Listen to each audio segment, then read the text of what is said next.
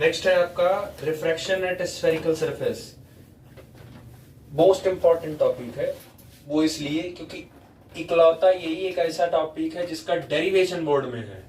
Mirror formula और are का तो ऐसा उसने लिखा नहीं है कि आपके पास कोई डेरिवेशन प्रेजेंट है, बट इन शॉर्ट में बाद में करवा दूंगा, 10 मिनट उसका भी लगेगा, करवा दूंगा।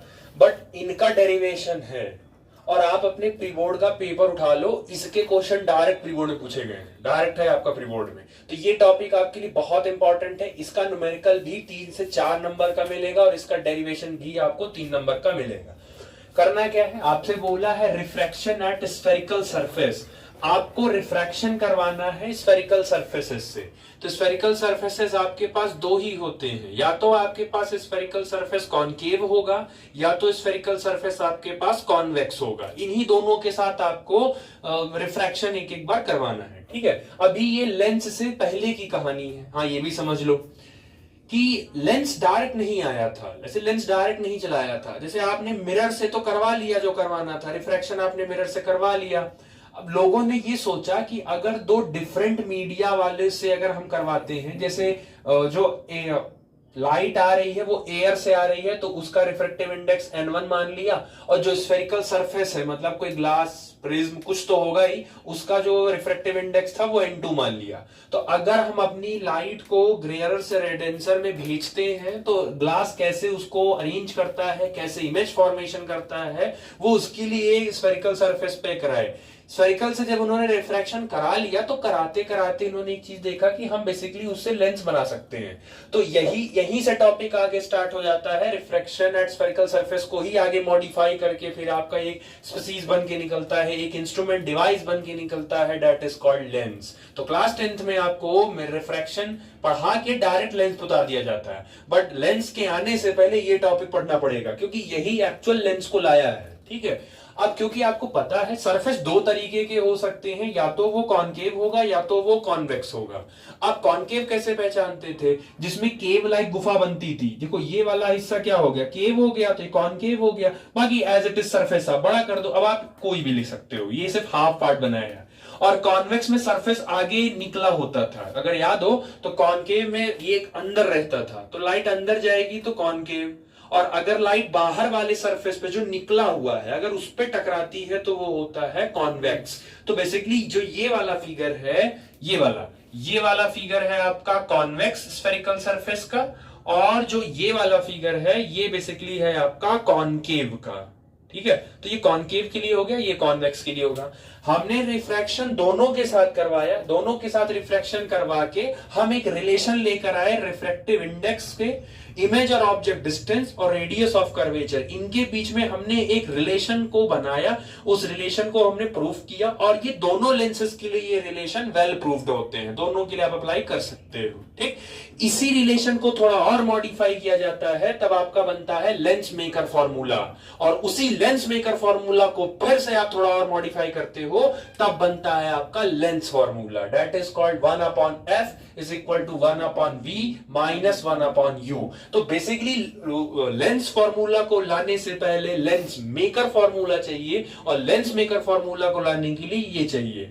जो दुकानों में आप देखते हो आई स्पेक्टिकल चश्मा लेने जाते हैं तो वो आपको चश्मा चेक करवाते हैं, वो एक एक पट्टी बार बार चेंज करते हैं, तो आप कहेंगे कौन सा किसमें साफ दिख रहा है, आप कहते हो इसमें साफ दिख रहा है, तो वो जो जिसमें साफ दिख रहा होता है फिर उसका नंबर वो नोट कर लेते हैं, और नोट करने के बाद उसका एफ, क्योंकि लेंस उनका ही होता है तो वो कागज पे एफ, उस लेंस का एफ कागज पे लिखा होता है कि इतने फोकल लेंथ का है तो उसका एफ, और क्योंकि आप ध्यान दो वो जो सामने अगर देखे होगे तो वो एक डिब्बा रहता है ना, AU लिखा रहता है सब, तो आपकी कुर्सी और उनके बीच का डिस्टेंस वो पहले से निकाले होते हैं, तो आपको F पता होता है। अच्छा, F पता है मतलब R पता चल जाएगा कि नहीं चल जाएगा, R पता चल गया, U उनको ऑलरेडी पता होता है, तो वो F और U से वहां क्या निकाल लेते हैं, V निकाल लेते हैं, और लेंस फॉर्मूला से पता चल जाता है कि आपको बेसिकली कितने दूर की इमेज आपको देखनी है कितनी नहीं। तो ये जो आंख वाले होते हैं उन्होंने कहीं सिलेबस में तो नहीं पढ़ा होगा, लेकिन वो फिर भी लेंस फार्मूला वो जान रहे हैं, कॉनकेव कौन सा है, कॉन्वेक्स कौन सा है, वो सब जान रहे होते हैं, उनको अच्छे से पता होता है। कभी लेंस या टॉपिक समझना हो तो आप चले जाना दुकान पे, वो समझा दिखा देगा वो, तो एक अंडरस्टैंडिंग हो जाएगी आपकी। ठीक है, तो ये कॉनकेव है, स्फेरिकल सरफेस है। अब एज इट इज जो जैसे होता है ये सेंटर वाला पार्ट आपका पोल होता है, इधर सेंटर ऑफ कर्वेचर हो गया। पोल से लेके सेंटर ऑफ कर्वेचर तक की दूरी को बोलते हैं रेडियस ऑफ कर्वेचर, और ऑब्जेक्ट जहां भी रखा होगा वहां से पोल तक की दूरी हो गई आपकी object distance u, that is, और बाहर का रिफ्रैक्टिव इंडेक्स n1 और अंदर का रिफ्रैक्टिव इंडेक्स n2। सेम ये हो गया आपका कॉन्वेक्स वाला, ऑब्जेक्ट हमेशा इधर ही रखोगे तो ये हो गया पोल, पोल से हो गया डिस्टेंस इसकी u, ऑब्जेक्ट डिस्टेंस, और इसका सेंटर ऑफ कर्वेचर उधर होता है, तो ये इसका पोल से इसकी जो दूरी हो गई वो हो गई रेडियस ऑफ कर्वेचर। तो ये हो गया सेकंड। आप फॉर्मूला याद रखिए, रिफ्रैक्शन एट स्फेरिकल सरफेसेस का फॉर्मूला याद रखिए, ये कॉनकेव के लिए भी वैलिड है, ये कॉन्वेक्स के लिए भी वैलिड है। याद कैसे करना है, पहले n1 आएगा कि पहले n2 आएगा? पहले n1 आएगा फिर n2 आएगा, तो इसका मतलब है n2 बाद में आ रहा है और n1 पहले आ रहा है। पहले ये क्लियर करो, पहले ऑब्जेक्ट डिस्टेंस आएगा कि पहले इमेज डिस्टेंस आएगा? पहले ऑब्जेक्ट डिस्टेंस आएगा। इसका मतलब बाद वाले एक साथ है और पहले पहले वाले एक साथ है। जरा चेक करो, n1 पहले आएगा तो ऑब्जेक्ट डिस्टेंस भी तो पहले आएगा, तो देखो n1 डिवाइडेड बाई दोनों पहले पहले एक साथ है, और दोनों बाद बाद वाले देखो एक साथ है। बस फाइनल माइनस इनिशियल हमेशा किया जाता है। फाइनल हो गया n2, इनिशियल हो गया n1, फाइनल हो गया इमेज, इनिशियल हो गया u, फाइनल माइनस इनिशियल, और उसके बाद वही as it is final minus initial upon R, V U को कंबाइन कर दोगे। बेसिकली याद करने का तरीका है, पेपर में ना भूलो इसीलिए, क्योंकि अभी आपके पास ये आ गया, लेंस मेकर आएगा, उसका मैग्निफिकेशन आएगा, लेंस फॉर्मूला आएगा, माइक्रोस्कोप आएगा उसका अलग आएगा, रिफ्लेक्टिंग टेलीस्कोप आएगा उसका अलग आएगा, तो फिर वो घमघम झमझम हो जाएगा, वो फिर आपको याद करने में वहां प्रॉब्लम होगी, क्योंकि बहुत सारे, और क्योंकि सब में U V R n2 n1 ही बार बार आएंगे, तो कहां n1 ऊपर जा रहा है, किसके में n1 नीचे जा रहा है, वो बहुत कंफ्यूजन होती है। तो इसीलिए तरीका है, इनको याद कर लो, ठीक है। अब आपके लिए इनका ये जो किए हो इसी को हमको प्रूफ करवाना है कि एक्चुअल आया कैसे, तो इसी का प्रूविंग करवाना है। किसी एक लेंस को आप उठा के आप प्रूफ करवा सकते हो, ठीक है। तो बेसिकली इसको कॉन्वेक्स को लेके प्रूफ करवा दे रहे हैं, ठीक है। चलिए नेक्स्ट है आपका refraction at convex spherical surface, जो किए उस जो फॉर्मूला लिखे थे उसी को प्रूफ करना है। ध्यान से देखो, क्योंकि इसका प्रूविंग पूरा इसके फिगर में ही है। ये ऑप्टिक्स का एक बहुत डीमेरिट कह सकते हो या मेरिट कह सकते हो, ऑप्टिक्स की पूरी जान उसके फिगर में रहती है। एक बार फिगर समझ गए तो डेरिवेशन या कोई भी क्वेश्चन करने में प्रॉब्लम नहीं होती। स्टेप बाय स्टेप समझना क्या कर रहे हैं।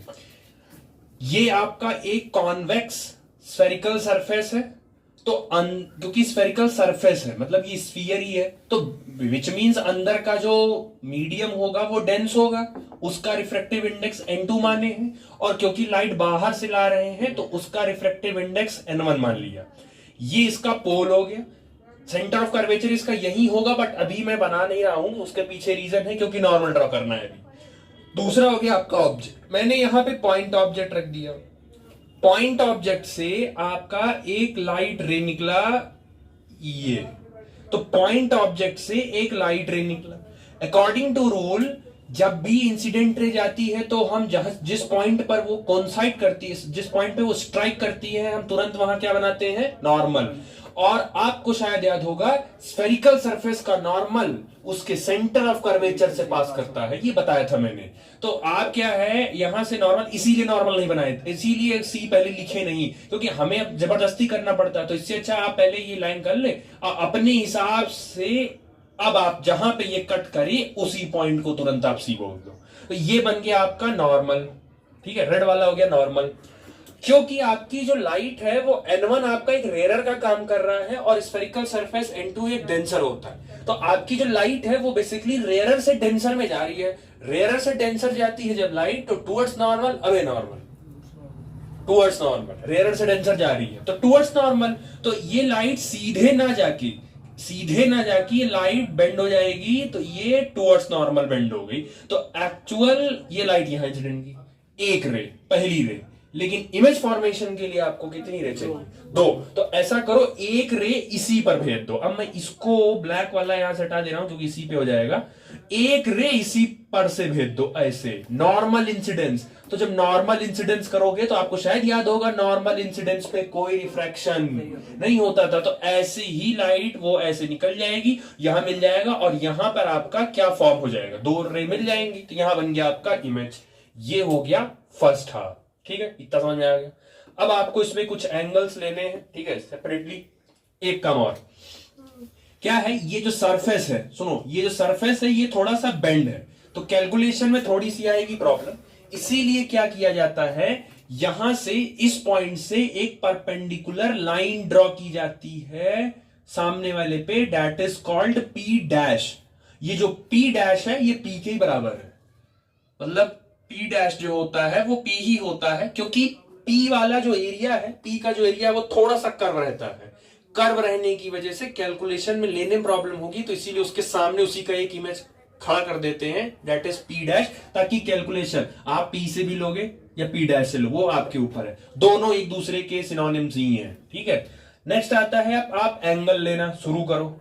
ऑब्जेक्ट के पास यहां वाला जो एंगल है वो बनेगा अल्फा, ठीक है। आई वाला इमेज को जो पास बनेगा वो बनेगा गामा, और यहां सेंटर ऑफ कर्वेचर से जो बना ये बना आपका बीटा, ठीक है, समझ आ गई। दूसरा, नॉर्मल से ये जो एंगल है, नॉर्मल से जो ये वाला एंगल है इसको बोलते हैं आई, ठीक है, एंगल ऑफ इंसिडेंस नॉर्मल से, और नॉर्मल से ये वाला जो एंगल होगा इसको एंगल ऑफ रिफ्रैक्शन बोलोगे कि नहीं, क्योंकि फिगर में ही देखो सब कुछ है, इसीलिए समझा दिया। ऑब्जेक्ट के पास वाला अल्फा, इमेज के पास वाला गामा, और सेंटर ऑफ कर्वेचर के पास वाला बीटा। नॉर्मल से एंगल ऑफ, नॉर्मल से और इंसिडेंट के बीच का जो एंगल हो गया वो एंगल ऑफ इंसिडेंस। रिफ्रैक्टेड और नॉर्मल के बीच में जो हो गया वो हो गया आपका एंगल आर। समझ आ गया, ये कहानी हो गई। अब जरा इसमें थोड़ा सा लिखने उखने काम करो। ऑब्जेक्ट ये है, तो पोल से लेके ओ, ये क्या हो गया आपका ऑब्जेक्ट डिस्टेंस। तो ऑब्जेक्ट डिस्टेंस के लिए आप क्या लिखोगे, OP dash is equal to, ये क्या है यू, चाहे ओपी लिखो चाहे ओपी डैश लिखो, दोनों चीजें एक ही है, ठीक है। उसके बाद आता है आपका ये P dash I, P dash I, तो पी डैश आई यहां इतना लेके ये हिस्सा क्या हो गया वी, इमेज डिस्टेंस हो गई पोल से, तो इसके लिए लिखोगे पी डैश या आई पी डैश, ये हो गया आपका v, इमेज डिस्टेंस। नेक्स्ट आता है आपका r, तो c से p की डिस्टेंस, तो c p डैश, ये जो डिस्टेंस हो गई इसको क्या बोलते हैं r, ये यहां से लेके यहां तक r तक की जो दूरी है ये हो गया रेडियस ऑफ कर्वेचर। समझ आया, ठीक। दूसरा, पॉजिटिव नेगेटिव भी लेना है ना, तो ये लाइट डिसाइड करता था। लाइट, इंसिडेंट लाइट की तरफ जो चीजें चलेंगी वो सारी क्या होंगी पॉजिटिव, उसके अपोजिट जो आएंगी वो सारी चीजें क्या होंगी नेगेटिव। इसका मतलब है कि इंसिडेंट लाइट की तरफ चल रहे हो, उसी की तरफ चल रहे हो, इसका मतलब इसी तरफ चल रहे हो। अगर इसी तरफ चल रहे हो तो सारी वैल्यूज आपको किस में लेनी है पॉजिटिव, और अगर इंसिडेंट रे के आप अपोजिट कैलकुलेट कर रहे होगे, उसके उल्टे में अगर आप कैलकुलेट कर रहे होगे तो वो सभी क्वांटिटीज आपको किस में लेनी है नेगेटिव। अब जरा ध्यान से देखो, लाइट ऐसे चल रही है और आप कैलकुलेशन कहां से करते हैं पोल से ना, तो पोल से कैलकुलेशन करोगे ओ डिस्टेंस का, तो पोल से करोगे तो लाइट तो ऐसे जा रही है और तुम कैलकुलेट ऐसे करोगे, तो यू किस में चला जाएगा नेगेटिव में। अच्छा, वी का कैलकुलेशन कहां से करोगे पोल से, तो लाइट भी उधर ही जा रही है और तुम कैलकुलेशन भी उधर ही कर रहे हो, तो इमेज डिस्टेंस वी किस में रहेगा पॉजिटिव में रहेगा। तो लाइट के डायरेक्शन में ही कैलकुलेट कर रहे हो तो आप पॉजिटिव लोगे, और लाइट से अबे अगर कैलकुलेट करोगे तो वो नेगेटिव होगा। और सारी कैलकुलेशन करनी कहां से है पोल से, ये ध्यान रखिएगा, ठीक है। स्टार मार्क करके लिख लेना वहीं पे कि all calculation done from pole से ही करना है। पोल पे बैठ जाओ और फिर उसी चलना शुरू करो। आप सोचो आप पोल पर बैठ गए और आपको वी मेजर करना, इमेज डिस्टेंस, तो ऐसे ऐसे ही तो जाओगे मेजर करने। और ध्यान दो, इधर इधर जा रहे हो तो आपका डायरेक्शन और लाइट का डायरेक्शन एक ही तरफ जा रहा है कि नहीं जा रहा है, तो इसीलिए वी पॉजिटिव हो गया। अब जब पोल पे बैठोगे ऐसे, तो तुम ऑब्जेक्ट डिस्टेंस, तो इसके लिए तुम इधर जाओगे ऐसे से आओगे, लेकिन लाइट कहाँ जा रही है उसके, तो उल्टा जा रही है, तो इसीलिए यू क्या हो जाएगा आपका नेगेटिव, तो वो ध्यान रखिएगा, ठीक है। बाकी आर, आर भी आपका रेडियस ऑफ कर्वेचर भी आपका पॉजिटिव होगा, मतलब इधर की क्वांटिटी सारी पॉजिटिव हो गई, जो भी कैलकुलेट इधर आएंगे, और इधर की सारी क्वांटिटीज किस में आएंगी, नेगेटिव में आएंगी। समझ आया? आप फिगर अगर समझ गए तो फिगर में ही फिर वही है, ट्रायंगल ले लेके एक्सटीरियर इंटीरियर प्रॉपर्टी आपको लगानी है, ठीक। फिगर बनाओ पहले। चलो ये हो गया। हाँ, एक चीज यहां छूट गई थी, ये इस वाले पॉइंट को, यहां वाला जो पॉइंट है इसको एम मान लो, एम, ठीक है, ओ एम पी, तो पी पी डैश ये की है। हाँ, एक चीज यहां लिख लेना कि ये जो पी को आपने पी डैश बोला है, ये फॉर स्मॉल अपर्चर, बहुत छोटे अपर। देखो ये फिगर बहुत बड़ा बनाया जाता है, हम लोग को समझाना होता है, इसलिए हम फिगर इतना बड़ा बनाते हैं। एक्चुअल में इतने बड़े फिगर पे काम नहीं हो रहा होता है, बहुत छोटे में ही सब निपट जाता है। तो अपर्चर बहुत छोटा होगा, ये तो इतना बड़ा इसमें बन रहा है, इतना बड़ा नहीं रहेगा, वो इतना छोटा ही रहेगा। इतना सा रहेगा, इतना बड़ा रहेगा, इतना में क्या पी और क्या पी डैश वो देख के अंतर नहीं कर पाओगे, वो तो कैलकुलेशन, क्योंकि फिगर बड़ा है तो आपको दिख गया, ठीक। ये हो गया। अब आप जरा ध्यान से देखना आधी कहानी अब फिगर में, क्योंकि आपको थोड़ा फिगर बनाना है बार बार, इसमें थोड़ा हाथ मैच हो जाएगा, इसे अलग से बनवा दे रहे हैं। अब आप ध्यान से देखो, क्योंकि इसमें पूरी मैथमेटिक्स लगेगी।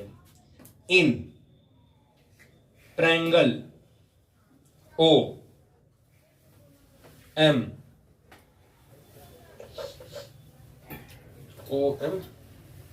सी, सी कहां गया, ये रहा ओ एम सी, ठीक है, ओ एम सी। अब ध्यान से देखो, उस एक का मैं फिगर बाहर बना रहा हूं, सिर्फ ओ एम सी ट्रायंगल सिर्फ बाहर निकाल रहा हूं। ये आपका ये गया, ये पॉइंट आपका ओ है, यहां वाला पॉइंट आपका एम है, और सी वाला जो पॉइंट है उसको रेड से बनाए थे, तो ये वाला पॉइंट आपका सी है, उसके बाद ये नीचे वाला आपका ब्लैक पेन से बनाए थे, ये अटैच हो गया। अब ध्यान दो, यहां वाला एंगल, यहां वाला ओ के पास वाला एंगल क्या था, अल्फा, सी के पास वाला एंगल क्या है, बीटा, और इस जरा एम को, यही नॉर्मल था ना, नॉर्मल को एक्सटेंड करो तो यही वाला एंगल क्या है आपका, आई, ठीक है, ठीक। ये हो गया। अब ये एक ट्रायंगल बन रहा है, और ट्रायंगल की क्लास 8th 9th में प्रॉपर्टी होती थी कि sum of two interior angle is equal to outer angle. किसी भी ट्रायंगल के दो इंटीरियर एंगल का अगर आप सम करते हो तो वो आउटर एंगल के बराबर होता है, बस वही रूल लगा लो, काम खत्म। तो आप यहां से लिख सकते हो alpha plus beta is equal to I, ये बन गया पहला आपका, ठीक है, ये बन गया आपका इक्वेशन नंबर 1, ठीक, ये पहला बन गया। अब दूसरा चेक करो, दूसरा ट्रायंगल लेना है आपको फिर से एक बार, तो in triangle M C I, in triangle M C I, तो एम यहां से ये डॉटेड में गया, तो ये वाला पॉइंट आपका सी हो गया, और जो ऊपर वाला पॉइंट है ये आपका एम हो गया, और उसके बाद ये ब्लू से, उसके बाद ये वाला हिस्सा आपका ब्लू से, ये यहां बन गया आपका आई, और ये वाला हिस्सा आपका ये ब्लैक से है। समझ आ गया? इस ब्लैक वाले को थोड़ा सा आगे, खाली थोड़ा सा एक्सटेंड करो आगे जरा। अब आप जरा फिर से चेक करो, आई वाले के पास कौन सा एंगल है, गामा, ये एम वाले के पास देखो क्या है, आर, और सी वाले के पास देखो कौन सा एंगल है, तो सी वाले के पास है बीटा। वही सेम काम फिर करो, दो इंटीरियर का सम कर दो एक्सटर्नल के बराबर, तो इंटीरियर हो गया तुम्हारा आर प्लस गामा, तो इसमें लिखोगे आर प्लस गामा, दो इंटीरियर का जो सम होगा वो इक्वल होगा आउटर के, तो आउटर क्या है तुम्हारा बीटा। अब यहां क्योंकि आई निकाले हो तो इस वाले में आर निकाल लो, अगर मैं आर की वैल्यू पूछूं तो गामा उठ के इधर चला आएगा, तो बीटा माइनस क्या हो जाएगा, गामा, तो R is equal to beta minus gamma. ये बन गया आपका इक्वेशन नंबर 2। और ये बन गया क्वेश्चन नंबर 1। ठीक है, अभी इन दोनों का काम है। चलो इतना करो फिर। चलो तो ये हो गया। अभी ये दोनों इक्वेशन अभी याद रखना, अभी काम लगेगा आगे। अल्फा प्लस बीटा, ये हटा देना इसको। चलो अब थोड़ा ध्यान से देखना, क्योंकि ये इसी में हम करा दे रहे हैं, फिर से फिगर बनाना पड़ेगा नहीं तो। देखना ध्यान से। ओ एम पी डैश, ये है, मिल गया। राइट एंगल है कि नहीं है? ट्रायंगल दिख गया कि नहीं दिख गया? ये एक्चुअल, ये जो है ये, इसको एच मान लो। ठीक है, हाइट है तो उसको बेसिकली आप एच मान लो। सिंबल ये सिंबल ही मानना है आपको, यू वी माने तो इसको एच मान लो। अब ध्यान से देखना, राइट एंगल है तो आप टेन जरा इससे निकालो, टेन अल्फा। टेन क्या होता है? टेन क्या होता है? Perpendicular by base. तो परपेंडिकुलर हो गया एच और बेस क्या हो गया? यू। लेकिन यू नहीं, साइन के साथ माइनस यू, क्योंकि पोल से इधर आओगे, लाइट इधर जा रही है, तो ये हो गया। दूसरा आप निकालो टैन बीटा। टैन बीटा निकालो जरा, देखो M C P dash, triangle दिखा? इस ट्रायंगल में से टैन बीटा निकालो, तो टैन बीटा हो जाएगा एच अपॉन, इतना ही तो है, और इतना किसकी वैल्यू है? आर। ठीक है, तो ये हो गया एच अपॉन आर, वो पॉजिटिव में रहेगा। और तीसरा निकालो आप टैन गामा। टैन गामा इसके लिए M I P dash, triangle दिखा? एम आई, इसमें निकालो तो परपेंडिकुलर, फिर आपका क्या आएगा? एच, और बेस आपका इस बार पूरा का पूरा वी आएगा। ये हो गया आपका वी। दूसरी बात, मैंने पहले ही कह दिया कि ये स्मॉल अपर्चर के लिए बहुत छोटा होगा, ये सब बहुत छोटे में होगा, तो अल्फा बीटा और गामा की वैल्यू बहुत छोटी होगी, बहुत छोटी होगी, क्योंकि स्मॉल अपर्चर के लिए। तो जब ट्रिग्नोमेट्री में जब थीटा की वैल्यू बहुत छोटी होती है तो साइन थीटा हो जाता है थीटा के बराबर, और टैन थीटा भी हो जाता है थीटा के बराबर। ठीक है, तो ये थोड़ा सा याद रखना कि इफ थीटा या जो भी एंगल आप ट्रिग्नोमेट्री फंक्शन के साथ जो भी एंगल आप ले रहे होगे, जो भी एंगल ले रहे होगे, if theta is small then तो साइन थीटा टेंस चल जाएगा थीटा पे, और टैन थीटा भी चेंज हो जाएगा थीटा पे। तो क्योंकि यहां पे अल्फा बीटा और गामा बहुत छोटे हैं, ये स्मॉल अपर्चर के लिए, ये फिगर इतना बड़ा दिख रहा है, वो इतने में ही सब हो जाएगा। इतने में सोचो, इसी में सब हो जाएगा, तो लगभग इत्तू सा बनेगा, खाली इत्तू एंगल बनेगा खाली, तो बहुत छोटा है। तो टैन अल्फा को आप सीधे सीधे क्या लिख सकते हो? अल्फा, तो इसको लिख सकते हो alpha is equal to H upon minus U. Tan beta को लिख सकते हो beta is equal to H upon R, और गामा, टैन गामा को लिख सकते हो gamma is equal to H upon V. ये लिखिएगा। उसके बाद इन तीनों को ऐसे ऐसे बना के, और तब उसके बाद ये स्टार वाला लिखना, ताकि इसको ये लिखे हो, टैन बीटा को बीटा लिखे हो, टैन गामा को गामा लिखे हो, कैसे लिख दिए हो। तो उसका एक्सप्लेनेशन यहां है कि थीटा या एंगल बहुत छोटा अगर है तो साइन थीटा थीटा हो जाता है टैन थीटा, तो क्योंकि यहां अल्फा बीटा गामा बहुत छोटा था तो इसलिए टैन अल्फा अल्फा में हो गया, टैन बीटा बीटा में हो गया, टैन गामा गामा में हो गया। ठीक, चलो इतना करो पहले। चलिए नेक्स्ट, ये करने के बाद apply Snell's law. Snell's law apply करिए। स्नेल्स लॉ क्या था? Sine I by sine R is equal to constant, और एक और उसको डराइव करके दिए थे कि जिस मीडियम का refractive index multiply by sine I is equal to जिस मीडियम में लाइट जा रहा है मल्टीप्लाई बाई साइन आर। तो ध्यान से देखो, इस मीडियम से लाइट आ रहा है तो ये हो जाएगा N1, और इस मीडियम के साइन से मल्टीप्लाई तो ये हो जाएगा sine I is equal to, इस मीडियम में लाइट जा रहा है तो N2, और इस मीडियम के रिफ्रैक्शन से मल्टीप्लाई तो साइन आर। दूसरी बात, आपने अभी थोड़ी देर पहले कहा थीटा बहुत स्मॉल है, तो ये जो आई आपने बनाया है और ये जो आर आपने बनाया है ये बहुत छोटा है, क्योंकि आपने अपर्चर बहुत स्मॉल लिया है। तो अपर्चर स्मॉल होने की वजह से साइन आई कन्वर्ट हो जाएगा किसमें, सिर्फ आई में, वही है ना, sine I is equal to I हो जाएगा, इज इक्वल टू N2, और साइन आर कन्वर्ट हो जाएगा आर में।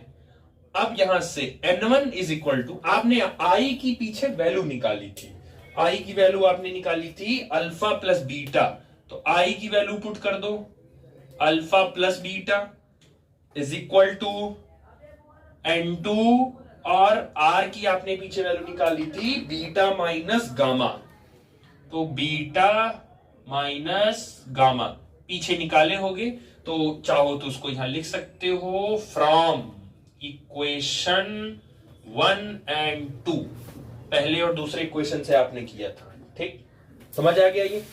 चलो आगे बढ़ो इसी में हम। अब कुछ नहीं है, आप खाली मैं हो गया प्रूफ, डेरिवेशन प्रूफ हो गया, अब खाली आपको यहां मैथमेटिक्स लगानी है।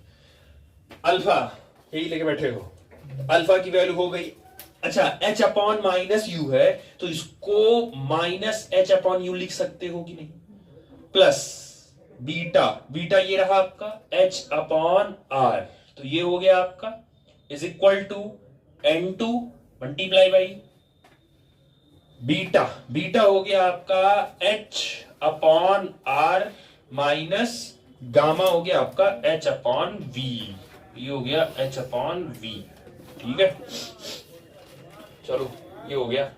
अब आप एक काम करो, काम ये करो कि ये माइनस वाला है, तो इस माइनस वाले को पीछे भेज दो, प्लस वाले को आगे भेज दो, तो उसको बाद क्या कर दे रहा हूं, तो इसको लिख सकते हो N1 मल्टीप्लाई बाई, इसको लिख सकते हो h upon R minus h upon U is equal to N2 multiply by h upon R minus h upon v, h common कर लो, तो N1 इंटू एच, और अंदर बचा 1 upon R minus 1 upon U, same h यहां से common करो तो N2 h कॉमन, तो ये बच गया 1 upon R minus 1 upon v, और उसके बाद एज इट इज h को काट दो क्योंकि कॉमन है, इसीलिए वो आपको रैंडम कोई वैल्यू ली गई थी h। अब ये ना समझा हाइट है, ये हाइट नहीं है, सिर्फ डिस वैल्यू के लिए लिया गया था। ठीक है,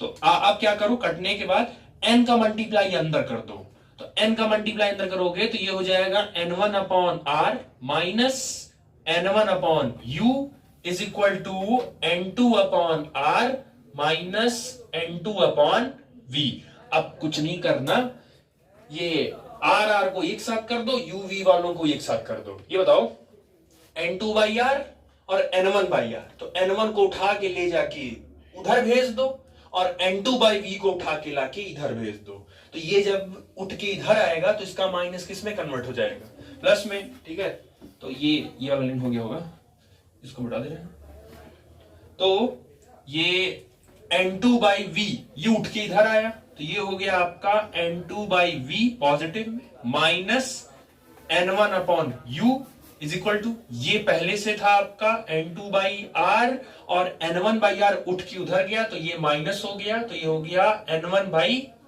आर। ठीक, अच्छा ये देखो बेस सेम है ना, तो जब बेस सेम है तो दो बार क्या इसको आपस में क्या कर दो, कंबाइन कर दो, तो ये हो जाएगा आपका N2 upon V minus N1 upon U is equal to N2 minus N1 divided by R. ये प्रूफ हो गया, क्वेश्चन जो आपने स्टार्टिंग में लिखा था ये प्रूफ हो गया आपका, इसका यही प्रूविंग आएगा, पेपर में प्रूविंग पूछेगा आपसे। ठीक है, इसका है डेरिवेशन के साथ। ठीक, चलो नेक्स्ट हेडिंग लिखो, खाली हेडिंग है, उसका फॉर्मूला है, उसका डेरिवेशन नहीं। Magnification for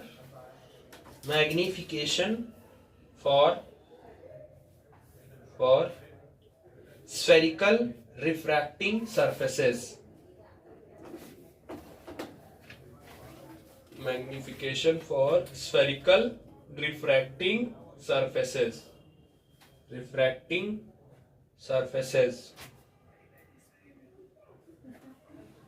surfaces. एक बात याद रखना हमेशा कि n1 के साथ हमेशा u मिलेगा और n2 के साथ हमेशा v मिलेगा, और ये हमेशा डिवाइड में मिलेंगे, जब भी मिलेंगे ये लोग डिवाइड में मिलेंगे। तो याद करने का तरीका, इसका डेरिवेशन नहीं है, सीधे सीधे फॉर्मूला, इसका मैग्निफिकेशन याद कर लो, n1 upon u divided by n2 upon v।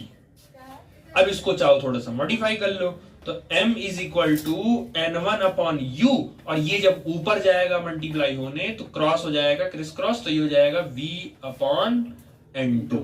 ये मैग्निफिकेशन निकल गया किसी भी रिफ्रैक्टिंग सरफेस का। आप ध्यान दीजिएगा क्वेश्चन में कौन सा मैग्निफिकेशन, लेंस का निकालना है कि मिरर का निकालना है कि किसी भी स्फेरिकल रिफ्रैक्टिंग सरफेस का निकालना है, तो वो ध्यान रखना। तो ये स्फेरिकल रिफ्रैक्टिंग सरफेस का मैग्निफिकेशन है, याद करने को याद कर लेना। n1 बाई यू, n1 के साथ हमेशा u रहेगा, n2 के साथ हमेशा v रहेगा, और दोनों डिवाइड में रहेंगे, बाकी सबको डिवाइड कर दो, उसके बाद चेंज कर दो, डेरिवेशन नहीं है इसका, ठीक है। तो ये पोर्शन हो गया आपका, इसमें खत्म। कल आपको पढ़ाएंगे लेंस, नया टॉपिक है, कल पढ़ाएंगे लेंस, ठीक है। कॉपी कंप्लीट कर